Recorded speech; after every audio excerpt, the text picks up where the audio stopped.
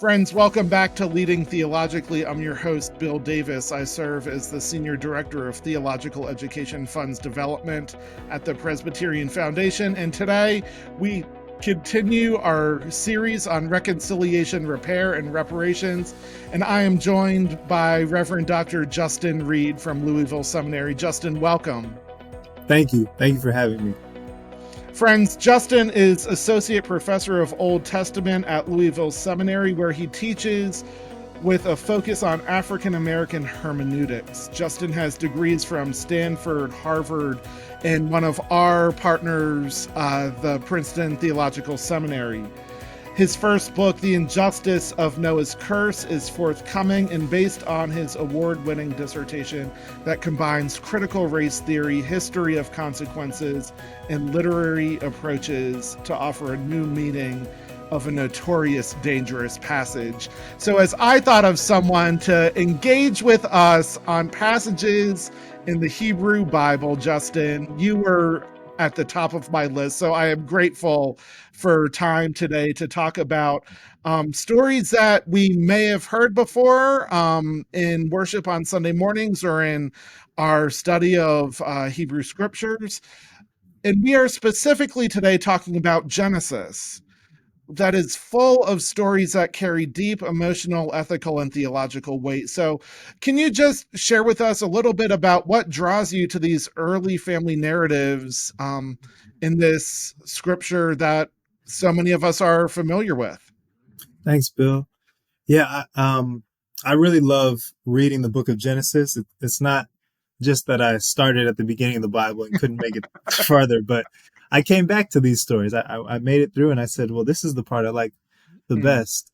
When reading Genesis, I feel like the stories are so relatable.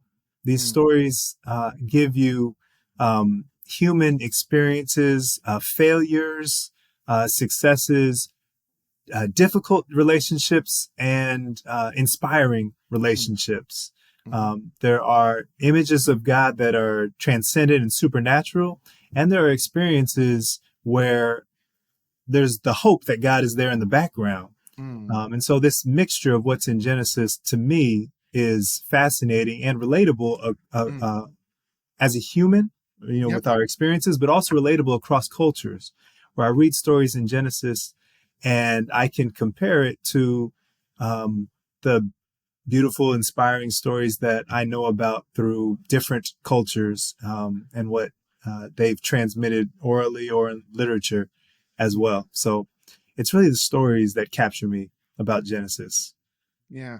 Well, and these stories too, Justin, right, are full of characters that we're about to talk about, characters that where we might see some of our great complexities of our humanity, of our walks with God. So let's dive into some of these texts. And you identified a couple of stories for me as we were emailing back and forth. So let's start with Cain and Abel, right? A story that often gets framed as the first murder. So Justin, start by sharing with us some about how we might understand this story about divine attention and human jealousy. Those are two themes that I picked up. Yes. So one of the important things for me when I teach, when I talk about the Bible, is about the interpretive experience being a combination of what's there in the text and what we bring to the text. Part of what we bring to the text, it has to do with our theologies, our theological beliefs, could be doctrine. It could be other parts of our theology that aren't a doctrine, so to speak. It could be our value system. It could be influenced by the experiences that we have. Reading the Cain and Abel story, the things that we bring to the table make a big difference in terms of how we read those gaps. And so you have a story where the first thing we hear, so this is the first pair of siblings after we've seen Adam and Eve's failure and them coming out of the Garden of Eden. And the first thing we see is that Eve made a man, is what it says, but made a child, Cain, with God. Hmm. So perhaps we get high hopes about that. And then as we read the story, this is the child who grows to a person who kills his brother. Hmm. So what do we bring to the table, and what difference does that make in how we read this story that we probably had high hopes for, but turns out to be a story of homicide? Hmm. Often people have read this story in such a way that uh, we are meant um, to see the worst Hmm. in the person that committed the worst act, to see Mhm. the worst in the person that committed the worst act. And so sometimes we understand this story. We see um, Cain brings an offering, Abel brings an offering of the best of his flock, and people look very with a high degree of scrutiny, with a critique on that difference, and say, Hmm. well, Cain did wrong from the beginning, right? Yeah. That Cain should have done better, and that would have had a better response. Uh, but one of the things that I think is so beautiful about Genesis is Hmm. uh, there there's something very true about interpreting that story differently. So when I come to the table, Mhm.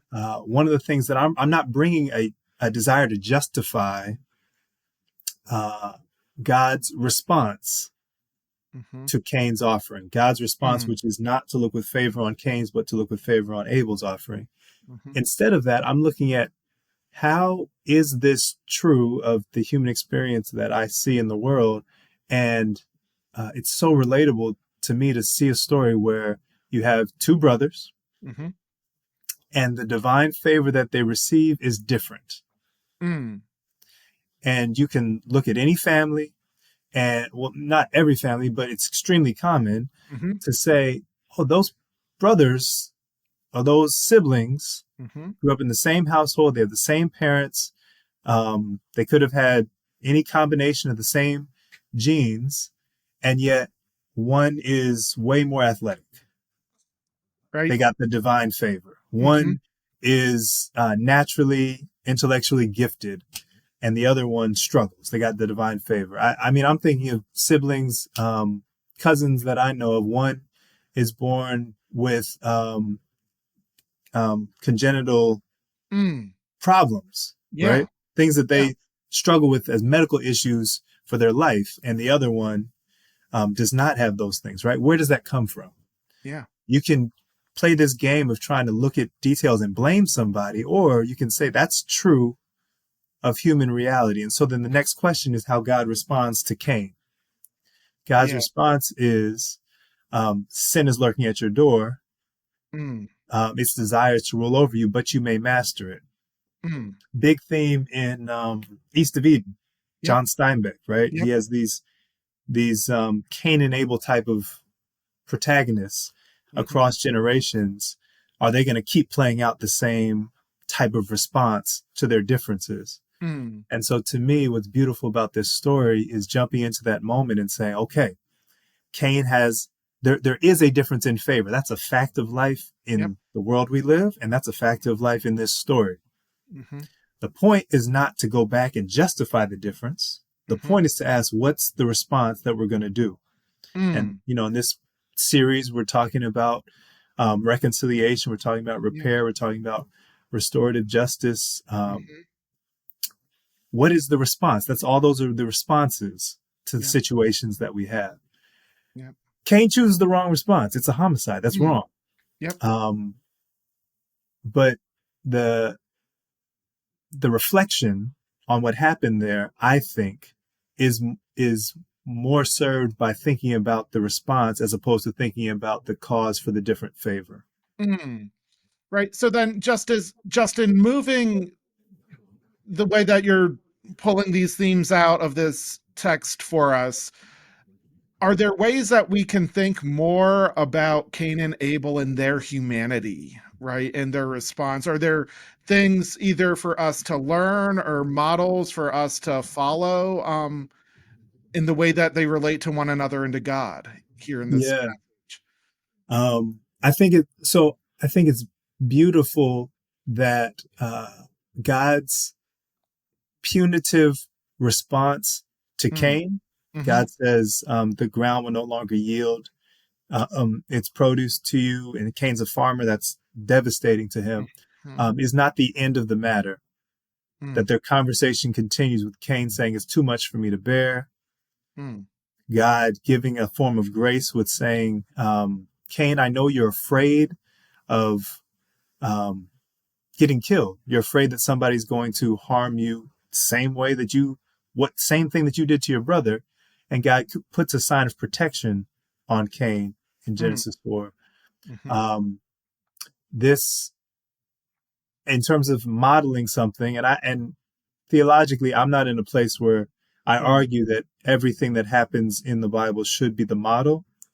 Um, at the same time, I think that this is something for us to think about, yeah. that there is grace with the punishment, that there is a Mhm, concern for the fears that the perpetrator of wrong, Cain did the wrong thing, the perpetrator of wrong has fears, and there's a care from God about that person's fears.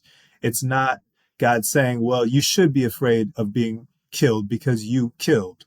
That's mm, not what God's response is. God is, here's protection. I put the punishment, I gave you punishment, and here's protection so you won't also get mm, killed. yeah. And I think that that's often hard for people to accept because we connect the most heinous actions with the core of who a person is. Mhm, And when we do that, we want to treat them in accord with how vile we think the action that they did is. mm, And I think that instead, it's difficult but important work as Christians to think about redemption for yep, everybody, to yep, think about the full humanity of people in spite of the worst that they've done, mm, and how we can tap into that full humanity and mm, hope for and work towards a society that has space for their redemption, a society where everyone is safe, and at mhm, the same time, you haven't given up on the someone who has done an extreme harm. yeah, yeah. Justin, this is one of the places my mind just went as you're talking about not giving up on folks, right? I remember talking to so many pastor colleagues that do support work with recently released felons, right? So that they're meeting folk at the prison with supplies and resources to embrace their full humanity, to help them engage in restorative, reconciliatory acts, and to truly not give up on them, right? And You're so right. I thank you for pointing us to that, right? My understanding of God's divine love that we see in Scripture is that almost nothing is irredeemable or unredeemable, Mm-hmm. right? And so that's, yeah. All right, so let's talk about some other brothers in their conflict. Let's move to Jacob and Esau if we can. And so expand, if you will, or how does their story either mirror or contrast the story of Cain and Abel and that relationship? Because it's another pair of early brothers in this text, right? Yes. So talk to us some about that, if you would. Yeah. So, going through Genesis, this theme of favor, of differential favor, continues, Mm, and probably the one that jumps out at us the most is twins that are favored differently. mm-hmm, And in fact, in pregnancy, hmm, Rebecca mm-hmm, uh, um, inquires of God. She tries to find out a message from God, an oracle from God about what's going on because she's feeling troubled in her pregnancy. And there's a message there. It's Genesis 25, and the message that she receives is one in our English translations mm, that is fascinating to me because we get an interpretation. We think we're just reading a straightforward translation of what's there in the Hebrew, but we're actually getting an interpretation that requires someone to make their assertion of whom God has chosen. So the message that she gets in your English Bible is going to say something like, there are two nations. Yeah. Sorry. In your womb. Two nations are in your womb, and two peoples born from you shall be divided. I don't think there's any real translation issue there. But then the next part, one shall be stronger than the other. And then here, the elder shall serve the younger. In Hebrew, it's Rav Ya'avod Sa'ir.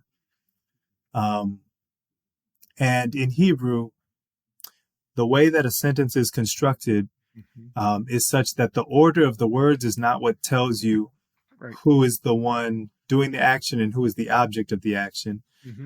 Usually, at least when it's not poetry, there's a little thing that we don't translate into English that tells you, oh, the thing coming after that, that noun is the one it's happening to. Since that's not there in this Hebrew, that same phrase could be translated, the younger will serve the older, or the older will serve the younger. And in fact, the word for older is actually greater. Rav is bigger or greater. Not necessarily about age, though it could be. The word for younger is similar. It's not necessarily about age. My point is that this is ambiguous. Yeah. Not only are you talking about twins, who's older, who's younger, right? These are twins. Yep. But which twin is serving which could be interpreted differently by the hearer, by Rebecca, based on who she thinks, based on what she thinks the verb refers to. Is it the older that's serving, or is it the younger that's serving? And what she thinks those nouns mean. Is this about who's great? Yeah. Or is this about who's older? So then this, to me, makes a transition from a Cain and Abel story where it was God's favor that was different to now God's favor being transmitted through humans. Now that's really relatable. Now we're talking about a world that's set up where humans justify differences based on our understanding, our interpretation, our claims of where God's favor is. And that's what's happening in this Jacob and Esau story. And it's not just an obscure translation that allows me to make this turn, but throughout Genesis, you see a relationship where God is in some ways reciprocal with people, right? You think, oh, God called Abram and puts Abram on this journey. Yes. But in chapter 11, before God ever speaks to Abram, he is with his dad going to Canaan. When God calls Abram, where does he send him to? The place he was already going, right? Yeah. There is this relationship that is not just one directional command and follow in Genesis. And it starts there. Later, God has given Abram a promise, and Abram goes to God and says, well, how do I know, in chapter 15, how do I know that I can trust this promise? It seems like my servant Eliezer is going to serve after me. Abraham could have said, God, can you make sure the promise goes through Eliezer? And instead he said, make sure it goes through my own son. Don't let it go through Eliezer. And God says, sure, here it goes, right? So you see this reciprocal relationship where God's not just giving things, giving commands, but there's something about the human that directs God's blessings in the world. God told Abram, those who bless you, I'll bless. Those who curse you, I'll curse, right? So now we're in this Jacob Esau story. And Rebecca's like, what's going on in my womb? And God gives an oracle, but then it's got to be interpreted by Rebecca, and she does interpret it. And so then the way she interprets it is such that it says Rebekah's favorite was Jacob, and Isaac's favorite was Esau. Yeah. And so now we've got this transition from God's differential favor Yeah. to it being directly voiced as the human's differential favor. And so now we have another story of conflict, Yep. and you can definitely point to people Yep. and people actually doing deceptions to Yeah. get that going.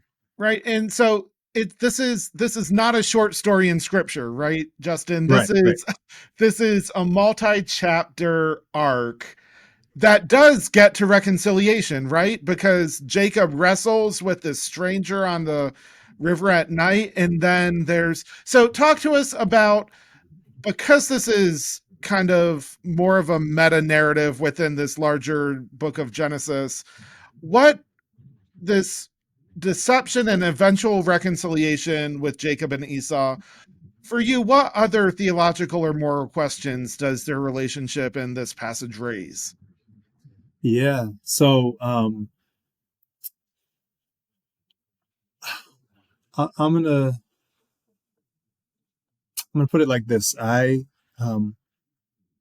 said that one of the things I love about Genesis Hmm. is I can tell these stories or I can read these stories and they relate to stories that you hear across cultures.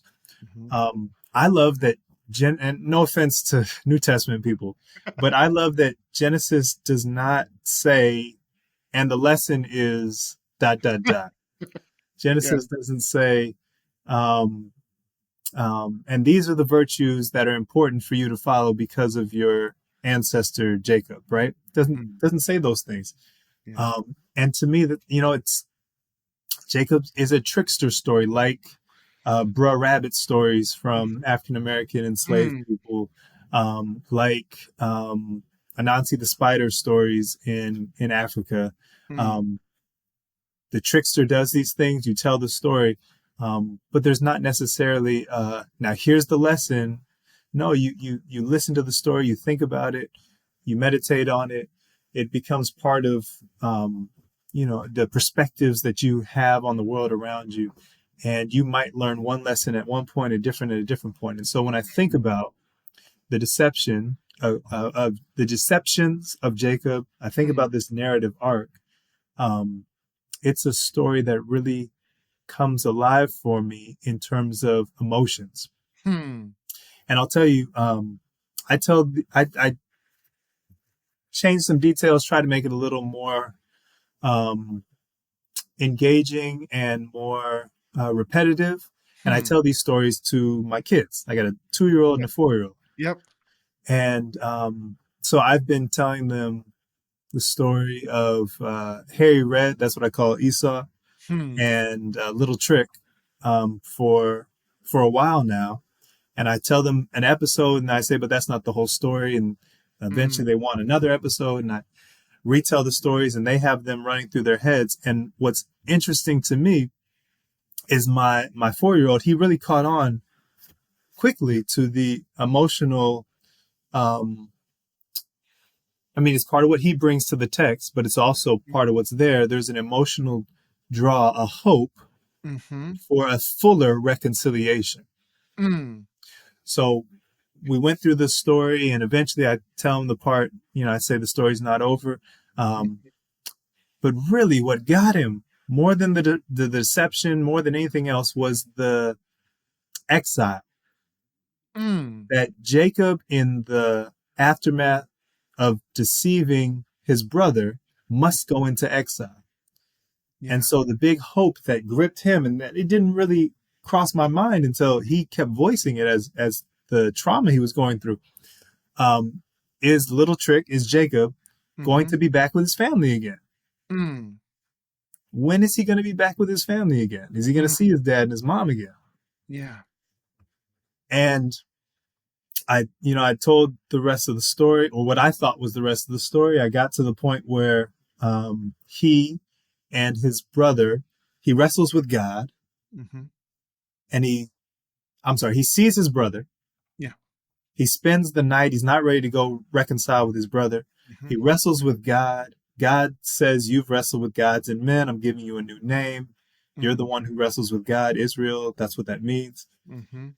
But then when he goes to his brother and his brother falls on his neck, you think, oh no, falling on his neck. This is Cain about to kill him again.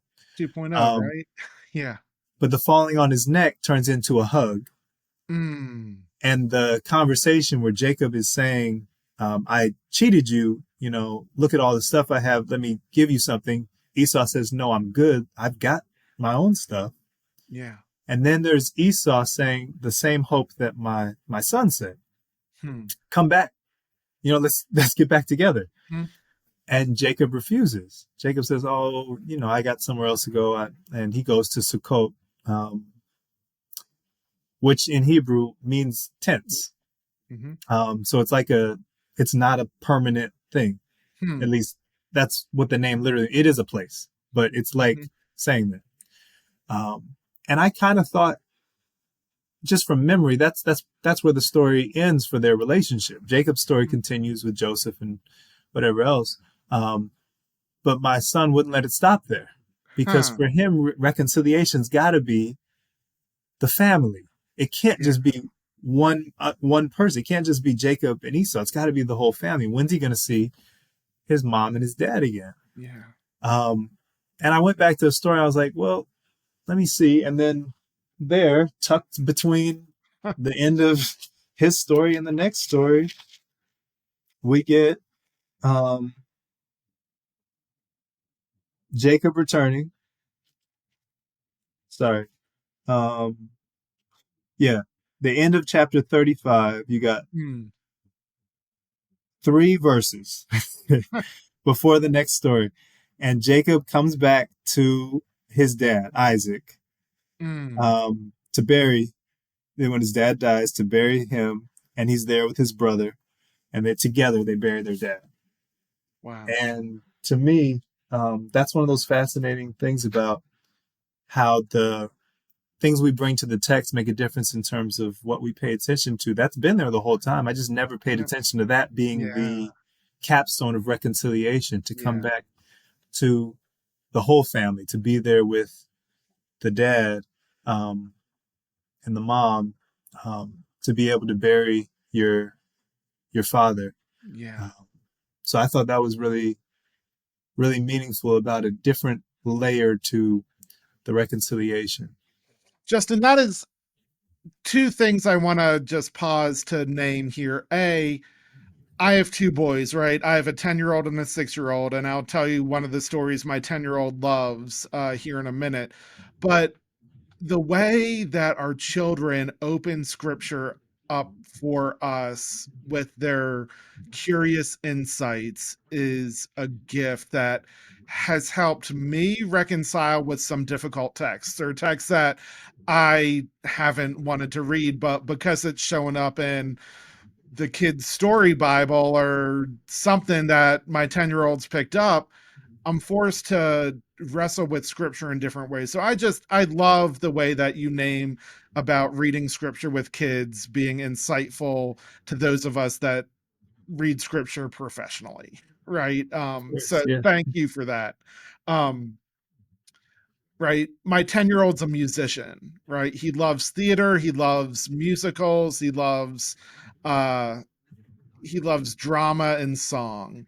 So one of the texts that he gravitates towards, because Andrew Lloyd Webber scored it for us, is the Mm-hmm. story of Joseph, right?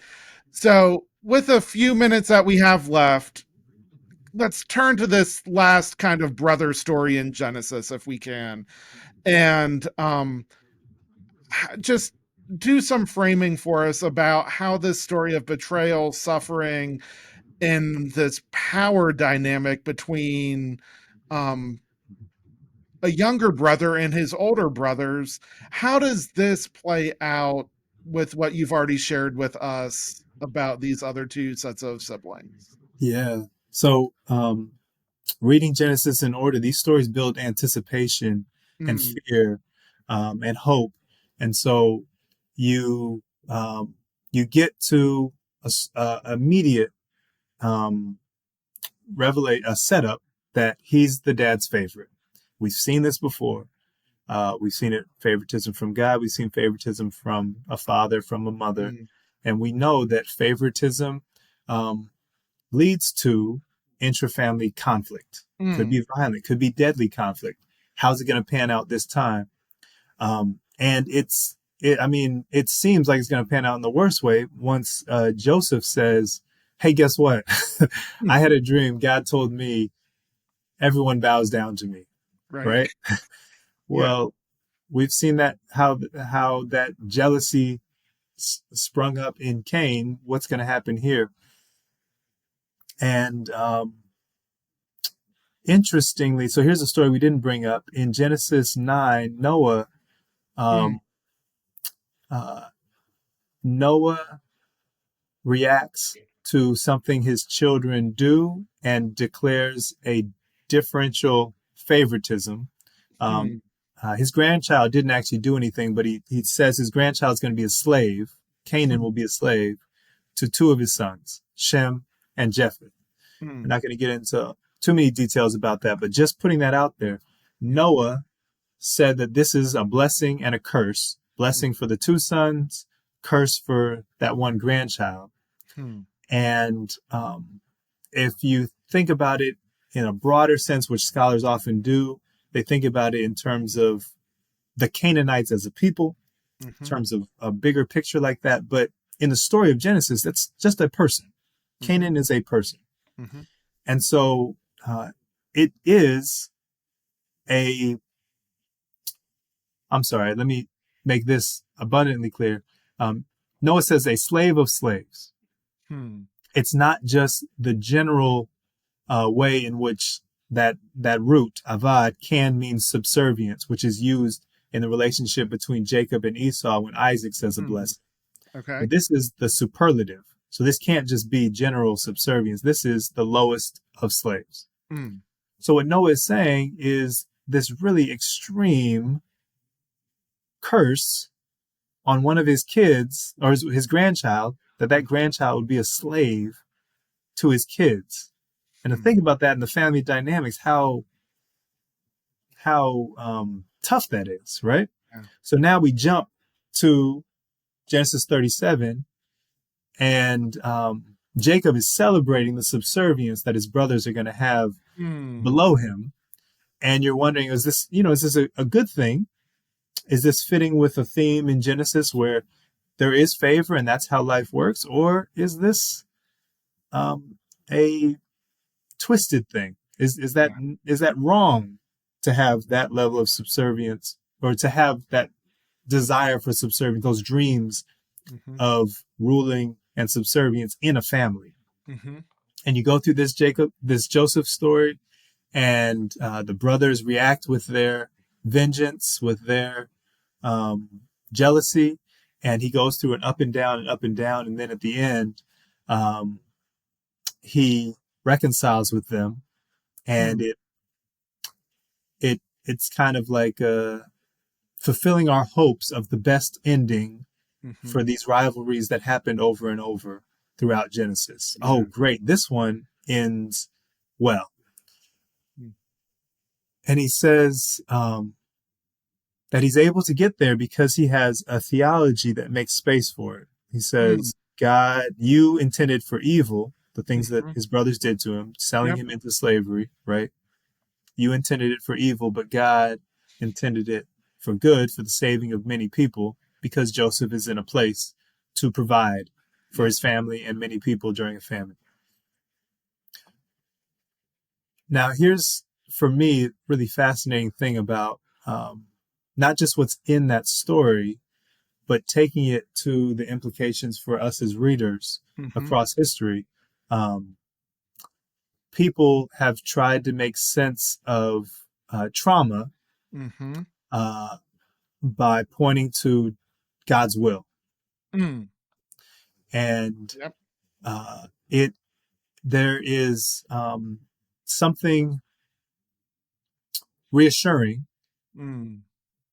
in the midst of horrible circumstances, physical circumstances, material circumstances, trauma people go through, collective trauma or individual. There's something reassuring to believe it's part of a bigger plan. Yep. To believe that God let this happen or did this so that something great could happen. But at the same time, it's also theologically, I'm sorry, it also can be unhealthy. It can be dangerous. It can be Mm, harmful to have that theology. mhm, And so we've had people across history who embrace this as a way of thinking that really helps them to keep some degree of sanity in mm, spite of what they're going through, and the opposite. People who condemn this type of thinking and say, no, um, that type of thinking justifies and allows and gets people off the hook for injustices that we should be fighting against, right?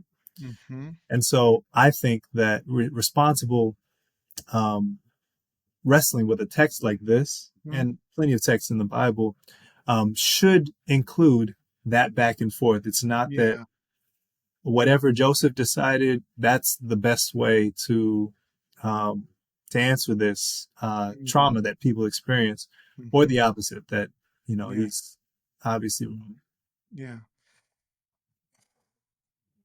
Justin, this has been so rich, and I am so grateful for you opening up these stories that we've all read since childhood, in ways that are deeply meaningful for us to consider through this lens of reconciliation and repair and restoration. So, thank you for your insights. I hope that for our listeners who spend so many Sundays in pulpits of churches across this nation, that the next time these pericopes show up in the lectionary or in a sermon series, that this conversation will be helpful to provide some different insight into how to approach these texts through this lens. So I am grateful for you, my friend, for taking the time. I have one more question for you. It's one that I ask each guest, because one of the things that I know about living in this country right now is we take in a lot of noise. Mm. Right, we're recording this in the second week of April. We crowned new March Madness national champion a few days ago. So we listen to sportscasters and political pundits and weather forecasters. We listen to preachers and poets and prophets. So, Justin, I wonder, what's the best thing you've heard lately? Um, thing that I've enjoyed the most is something that I've been reading, but Hmm. also trying to say out loud myself. Stories by Zora Neale Hurston. Hmm. These are her stories, but they're not her own stories. So Hmm. as an anthropologist, as somebody who grew up in an all black township, um, as someone who um, believed strongly in the depth and the beauty of the culture developed by Hmm. Black people during slavery and coming out of slavery. She told stories that weren't just her own, Hmm. stories that uh, had been recited and rehearsed and tweaked by many people. And so I've been reading some of those stories and really enjoying and appreciating the humor in Yeah. those stories, the art in the way that she um, weaves her words together, and the um, enduring value of the content of these Yeah. stories as something to meditate on and to reflect on um, that can help with uh, life Mm. across many generations. And Yeah. so, listening to those stories or reading those stories, trying to remember them, Huh. so repeating them out Yeah. loud, has been really valuable to me Awesome. lately. Great. Justin, thank you for pointing us to that. So that I know I familiar with Zora Neale Hurston, and will look forward to engaging some of her stories again. So thank you. And thank you again for this conversation, for your time and opening these scriptures to us. And just, I appreciate your insight from the time we met in Montreat a few years ago, doing some Bible study and other work at the Worship and Music Conference. I'm grateful for your continued engagement and presence at Louisville Seminary, and I'm grateful for this conversation. Thank you, Bill. Appreciate you. Thanks for having me. Yeah, friends, Leading Theologically is a mission and ministry of the Presbyterian Foundation and the Theological Education Fund. You can read more about us online at presbyterianfoundation.org/TEF. Join us in 2 weeks for a conversation on how some New Testament texts might open up these themes of reconciliation, repair, and restoration. Hope you have a great few weeks, and we'll be back soon.